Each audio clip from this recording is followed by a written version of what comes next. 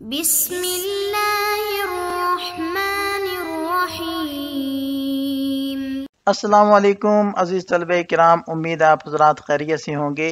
آج ہمارا صحیح مسلم کا سبق نمبر 102 ہے، جس کا عنوان ہے باب تحریم ضرب الخدود و شق الجیوب۔ آگے بڑھنے سے پہلے خلاصہ جات کو ایک نظر دیکھ لیں۔ وبه قال حدثنا عبد بن حمید و اسحاق بن منصور قال اخبرنا جعفر بن عون قال اخبرنا ابو عمیس قال سمعت ابا صخرة يذكر عن عبد الرحمن بن يزيد وابي بردة بن ابي موسى قال اغمي على ابي موسى واقبلت امرأته عبد الله تصيح برنة قال ثم افاق قال الم تعلمي وكان يحدثها ان رسول الله صلى الله عليه وسلم قال انا بریء ممن حلق وسلق وخرق۔ حضرت عبد الرحمن بن یزید اور ابو بردہ بن ابی موسیٰ دونوں سے روایت ہے کہ ایک بار حضرت ابو موسیٰ رضی اللہ عنہ پر غشی طاری ہو گئی۔ ان کی اہلیہ عبداللہ روتی پیٹتی چیختی چلاتی ہوئی ان کی طرف متوجہ ہوئیں۔ جب حضرت ابو موسیٰ رضی اللہ عنہ کو مرض سے افاقہ ہو گیا تو فرمایا کہ میں بری اور بیزار ہوں اس سے جو مصیبت کے وقت بال مڈا دے اور چلائے اور کپڑے پھاڑ دے۔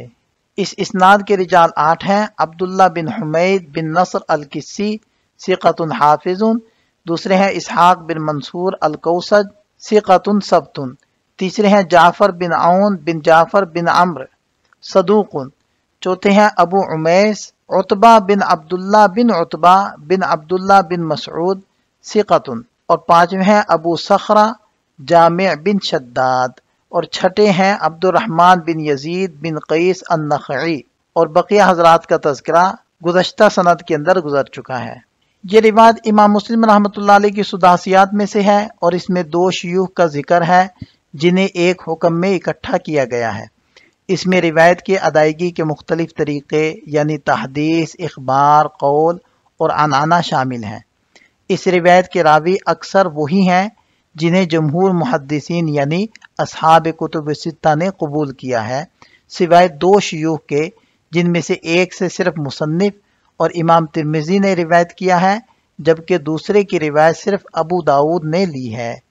یہ سند تقریباً تمام راویوں کے لحاظ سے کوفیوں پر مشتمل ہے، سوائے ابتدائی 2 حضرات کے۔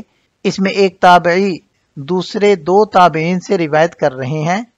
کتب ستہ میں ابو العمیس صرف عتبہ بن عبداللہ کی کنیت ہے، اور ابو صخرہ صرف جامع بن شداد کی کنیت ہے، اور یہ ان دونوں راویوں کا اس کتاب میں پہلی مرتبہ ذکر آیا ہے۔ اس میں عبد الرحمن بن یزید کا بھی ذکر ہے جو مشہور تابعی الاسود بن یزید کے بھائی ہیں۔ جب حضرت ابو موسیٰ اشعری رضی اللہ عنہ پر بیماری کی حالت میں بے ہوشی طاری ہوئی تو ان کی اہلیہ جن کا نام عبداللہ تھا رونے اور بلند آواز میں چیخنے لگیں۔ یہاں امراتوں سے مراد وہی عبداللہ ہے جن کا ذکر گزشتہ حدیث میں بھی ہو چکا ہے۔ تصیح برنہ اس کا مطلب ہے کہ وہ بلند اور دردناک آواز میں رو رہی تھی۔ عربی زبان میں رنہ کا مطلب ہوتا ہے ایک خاص قسم کی آہوزاری یا چیخ جس میں شدت اور دکھ شامل ہو۔ وبه قال حدثني عبد الله بن مطيع قال حدثنا هشيم عن حسين عن عياض الأشعري عن امرأة أبي موسى عن أبي موسى رضي الله عنه عن النبي صلی اللہ علیہ وسلم۔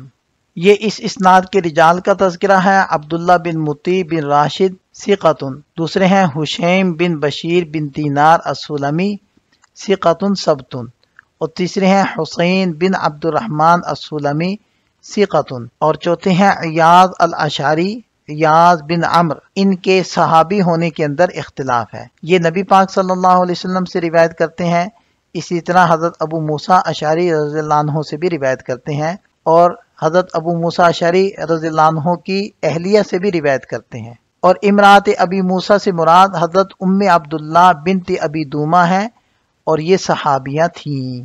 وبه قال وحدثني حجاج بن شاعر قال حدثنا عبد الصمد قال حدثني ابي قال حدثنا داود يعني ابن ابي هند قال حدثنا عاصم عن صفوان بن محرز عن ابي موسى عن النبي صلی اللہ علیہ وسلم۔